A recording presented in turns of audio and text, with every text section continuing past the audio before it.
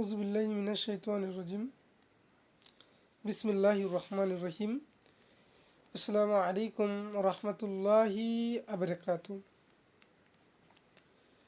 পৃথিবীর জন্মলগ্ন থেকে আজকে পর্যন্ত মা মাটি মানুষের কল্যাণে যতগুলো আন্দোলন সংগঠিত হয়েছে, প্রত্যেকটি সফল আন্দোলনের পিছনে ছিল নিঃস্বার্থবান দেশপ্রেমিক মানুষের রক্ত, অর্থ, জীবনকে মানব কল্যাণে উৎসর্গ করার মহান ইতিহাস। প্রিয় ভিউয়ার্স, আজকে যে আমরা গত 2 দিন যাবৎ যে সংঘর্ষ দেখেছি, ডক্টর মাহফুজুর রহমান মোল্লা কলেজ এবং যে 7 কলেজের অন্তর্ভুক্ত কবি নজরুল সরকারি কলেজ এবং হোসেন শহীদ সোহরাওয়ার্দী কলেজ, সংঘর্ষটার সূত্রপাত কোথায়? এই সংঘর্ষটার সূত্রপাত হচ্ছে একটি মাহফুজুর রহমান মোল্লা কলেজের একজন শিক্ষার্থীকে অপচিকিৎসার কারণে মারা গেছে, সেটা থেকে মূলত এই আন্দোলনের সূত্রপাত। আচ্ছা, প্রকৃতপক্ষে কি আন্দোলনের সূত্রপাত সেখান থেকেই? আচ্ছা ঠিক আছে, ধরে নিলাম সে আন্দোলনের সূত্রপাত সেখান থেকেই ঘটেছে। আচ্ছা, আমাকে একটা কথা বলেন তো, যে রবিবার দিন ডক্টর মাহফুজুর রহমান মোল্লা কলেজ এবং আশেপাশের প্রায় 19টি কলেজ, আমি লোকজনের মাধ্যমে সোর্সদের মাধ্যমে তথ্য নিয়ে জানতে পারছি যে 19টি কলেজ, কোনো মিডিয়াতে 29টি কলেজ এবং কোনো মিডিয়াতে 35টি কলেজ বলছে। তো আমরা খবর পাইছি যে 19টি কলেজ। আচ্ছা, 19টি কলেজের লোকজন যে সোহরাওয়ার্দী কলেজ এবং কবি নজরুল কলেজ সরকারি কলেজে হামলা করবে, সেটা কি প্রশাসন কি একটু নিয়েও আজ করতে পারে নাই? প্রশাসন কি আগে থেকে একটু নিয়েও জানতো না? সরকারের গোয়েন্দা বিভাগ বা প্রশাসনের কেউ? ঠিক আছে, ধরলাম তারা সেটা জানলো না, রবিবারে সুপার সানডে ঘোষণা করছে সেটা তারা জানলো না।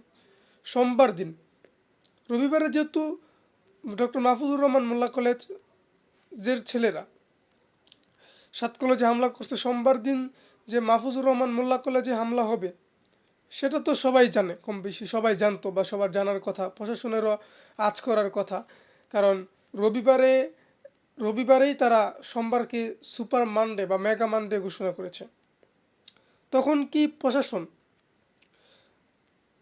চাইলে কি সেটা প্রতিরোধের পদক্ষেপ নিত না? সংঘর্ষ হয় যাত্রাবাড়িতে, আর প্রশাসন থাকে, সেনাবাহিনী থাকে ঢাকা কলেজে।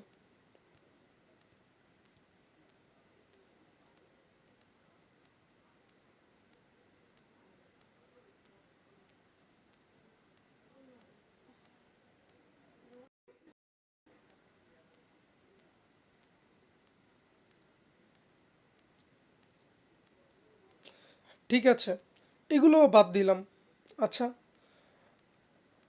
আমাকে একটা কথা বলেন তো, যেই সাধারণ শিক্ষার্থীরা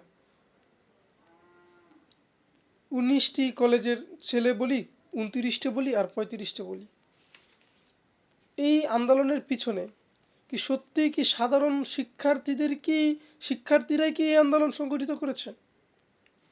আমরা দেখেছি বর্তমান ইতিহাসে, এবং আমি নিজেও সে আন্দোলনের নেতৃত্ব দিচ্ছি, বৈষম্য বিরোধী ছাত্র আন্দোলনে। তো বৈষম্য বিরোধী ছাত্র আন্দোলনে আমরা দেখেছি সমন্বয়ক সংগঠক যারা ছিল তারা প্রত্যেকেই কোনো না কোনো সংগঠনের ছিল। তারা কোনো না কোনো সংগঠনের পক্ষ থেকে সমন্বয়ক তাদেরকে করা হয়েছে।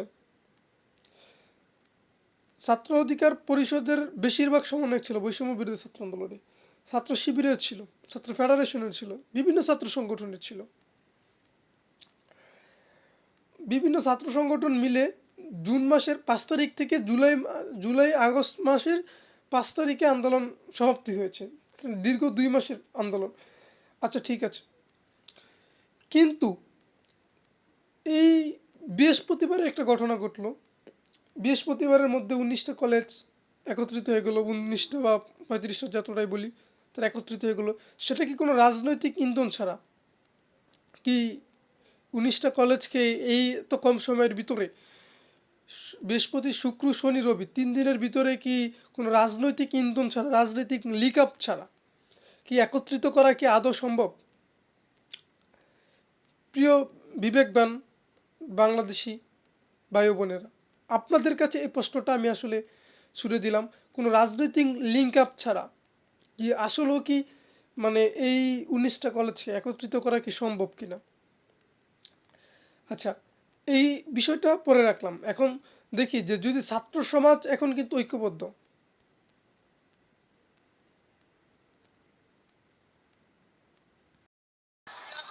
কিন্তু যে বর্তমানে দেশে যে পরিস্থিতি চলছে, এক কলেজের বিরুদ্ধে অন্য কলেজের সংঘর্ষ, এক প্রতিষ্ঠানের বিরুদ্ধে অন্য প্রতিষ্ঠান, এক ব্যক্তির বিরুদ্ধে অন্য ব্যক্তি, এই পরিস্থিতি যদি চলতে থাকে, ভবিষ্যতে কি ছাত্র সমাজ ঐক্যবদ্ধ থাকবে? কখনো না। তাদের ঐক্যটা বিনষ্ট হয়ে যাবে, নষ্ট হয়ে যাবে। আচ্ছা, যদি ছাত্র সমাজের ঐক্যটা নষ্ট হয়ে যায়, তাহলে সব থেকে বেশি ফায়দা কার হবে? ছাত্র সমাজের ঐক্যটা নষ্ট হয়ে গেলে সব থেকে বেশি ফায়দা কার হবে? এই প্রশ্নটাতে যাওয়ার আগে, ছাত্র সমাজ যদি ঐক্য বিনষ্ট হয় তাহলে সব থেকে বেশি মানে ফায়দাটা কাদের হবে, এই প্রশ্নটা আসা যায়। এখন আমরা ইতিমধ্যে জেনেছি কিছুদিন আগে যে বৈষম্য বিরোধী ছাত্র আন্দোলন জাতীয় নাগরিক কমিটি নামে একটি দল গঠন করবে এবং অলরেডি সেই কার্যক্রম চলমান আছে। তারা যে কোনো সময় রাজনৈতিক সংগঠন বলে ঘোষণা দিবে এবং বৈষম্য বিরোধী ছাত্র আন্দোলনের কমিটি সংস্কার করা হচ্ছে। তারা কি করবে?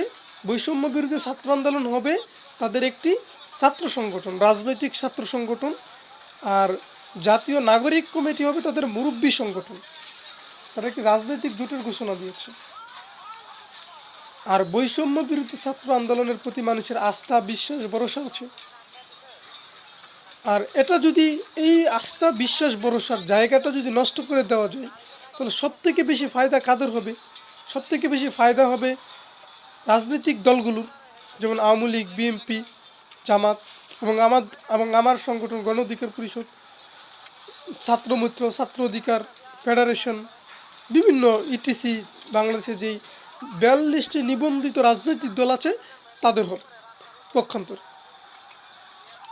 আচ্ছা, এখন দেখা যাক যে কাদের বেশি লাভ ক্ষতির হিসেবে কারা এগিয়ে আছে, কাদের বেশি লাভ হচ্ছে, কাদের কম লাভ বা ক্ষতি কাদের হচ্ছে। এটাতে দুইটা পয়েন্ট থাকতে পারে। এক হচ্ছে ছাত্রদল জড়িত থাকতে পারে, দ্বিতীয়ত হচ্ছে ছাত্রলীগ জড়িত থাকতে পারে, তৃতীয়ত হচ্ছে ছাত্র শিবির জড়িত থাকতে পারে, অধিকার জড়িত থাকতে পারে, এবং যে বাংলাদেশের যে সব থেকে বড় শত্রু ভারত, যা বন্ধুরূপে কালসাপ, তারাও জড়িত থাকতে পারে, তাদের রয়ের একটা চক্রান্ত হতে পারে। তো এখন আসি যে এটাতে বিএনপির কি লাভ? যদি ছাত্র সমাজের ঐক্য বিনষ্ট হয় তাহলে বিএনপির কি লাভ? আমরা দেখেছি চট্টগ্রাম পলিটেকনিক ইনস্টিটিউটে, রূপগঞ্জে আমার লোকেদের সাথেও সংঘর্ষ হয়েছে, বৈষম্য বিরোধী ছাত্র আন্দোলনের সাথে বিএনপি সংঘর্ষ হয়েছে, এবং বাংলাদেশের বিভিন্ন জায়গায় আমাদের 2,500 হয়েছে। বাংলাদেশের বিভিন্ন জায়গায় বৈষম্য বিরোধী ছাত্র আন্দোলনের সাথে বিএনপির একটা সংঘর্ষ হয়েছে। কারণ চাঁদাবাজি, মাদক সন্ত্রাসী, বিভিন্ন কার্যকলাপের সাথে, অসামাজিক কার্যকলাপের সাথে বিএনপির অনেক নেতাই জড়িয়ে পড়েছে, যার কারণে বিএনপির সাথে বৈষম্য বিরোধী ছাত্র আন্দোলনের দফায় দফায় সংঘর্ষ হয়েছে বা তর্কযুদ্ধ হয়েছে। এরকম যার ফলে কী হয়েছে? বিএনপির সম্মান ক্ষুণ্ণ হয়েছে এবং বিএনপির যে একটা জনপ্রিয়তা সেটা দিন দিন কমে যাচ্ছে। আর এই পরিস্থিতিতে বৈষম্য বিরোধী ছাত্র আন্দোলনের প্রতি মানুষের আস্থা, বিশ্বাস, ভালোবাসা বেড়ে যাচ্ছে। তো যদি ছাত্র সমাজের ঐক্য বিনষ্ট হয়ে যায় তাহলে সেখানে বিএনপির একটা প্লাস পয়েন্ট, কারণ বাংলাদেশে হেভিওয়েট পার্সেন্ট দল বলতে আওয়ামী লীগ, বিএনপি আর জামাত ইসলামকে বোঝায়। তখন যদি ছাত্র সমাজ একটা থার্ড পার্টি শক্তি উড়ে এসে জুড়ে বসেছে, তো যদি তাদের ঐক্যটা নষ্ট হয়ে যায় তাহলে বিএনপির আবার পুনরায় শক্তিশালী হয়ে যাবে, মানুষ তাদেরকে ভালো বলবে। তো সেটার জন্য এটাতে বিএনপির ইন্ধন থাকতে পারে প্রথমত। আর দ্বিতীয়ত হচ্ছে এখানে যে আন্দোলনের সূত্রপাতটা মূলত কিন্তু ছাত্রদলের নেতাকর্মীদেরকে নিয়ে, যখন ছাত্রদলের নেতাকর্মীরাই কিন্তু ডক্টর মাহফুজুর রহমান মোল্লা কলেজের স্টুডেন্টদেরকে এবং অন্যান্য কলেজের শিক্ষার্থীদেরকে কিন্তু বাধা দিয়েছিল যে এখানে আন্দোলন করা যাবে না, এরকম ভাবে বাধা দিয়েছিল। তো সেখানে ছাত্রদলকে পচানোর জন্য সেখানে শিবির জড়িত থাকতে পারে, কারণ শিবির কিন্তু ইতিমধ্যে ঘোষণা দিয়েছে যে তারা এককভাবে নির্বাচন করবে এবং তারা ক্ষমতায় যেতে চায়, জামাত শিবির। তো সেখানে তারাও জড়িত থাকতে পারে, সেটা উড়িয়ে দেওয়া যায় না।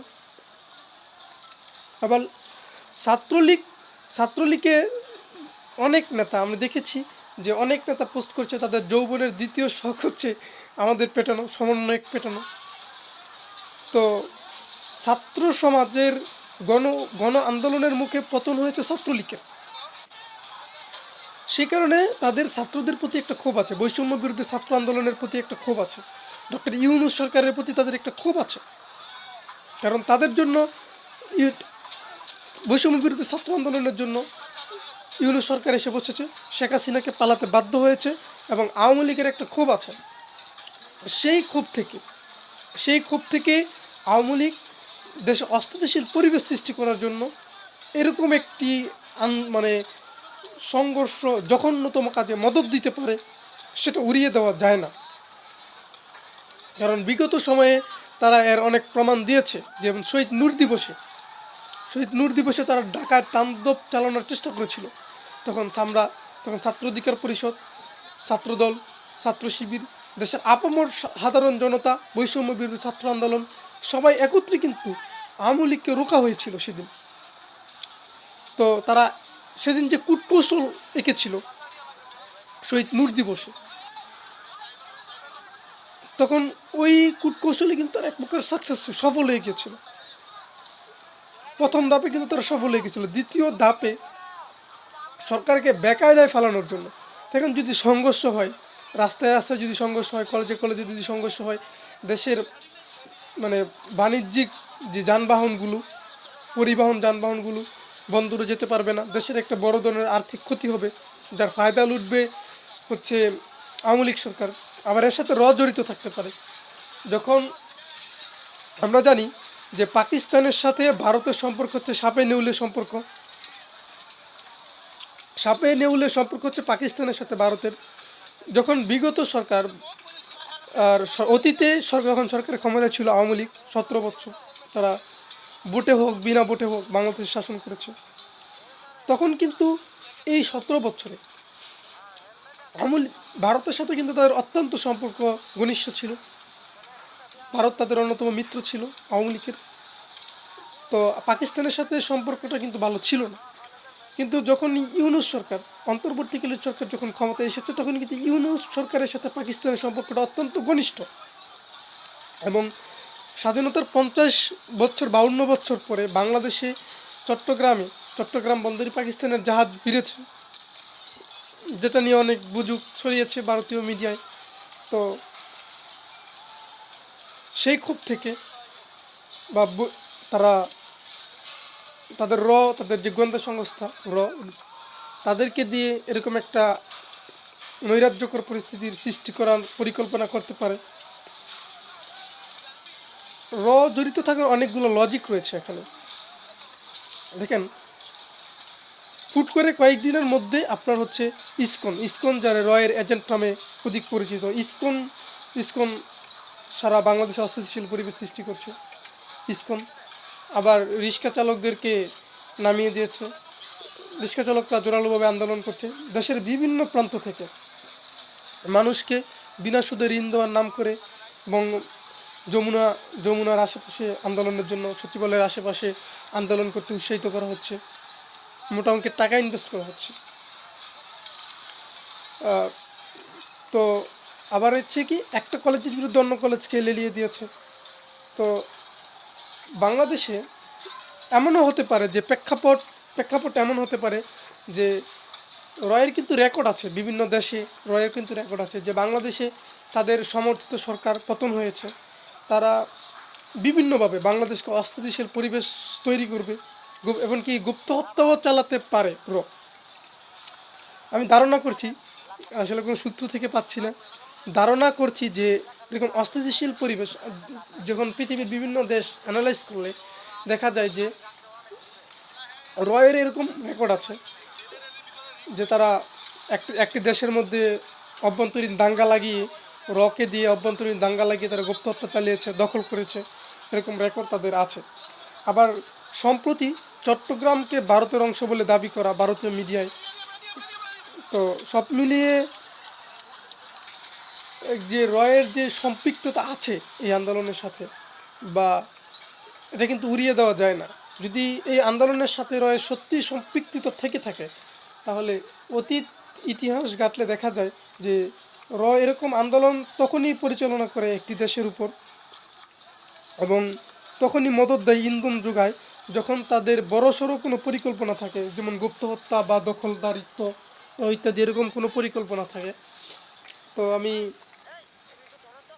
ছাত্র সমাজকে অনুরোধ করব এবং আহ্বান জানাবো, জেলার একজন সংগঠক হিসাবে হোক আর সাধারণ মানুষ হিসাবে হোক, যেন উভয় পক্ষ শান্ত থাকে এবং আপাতত শান্ত থাকে।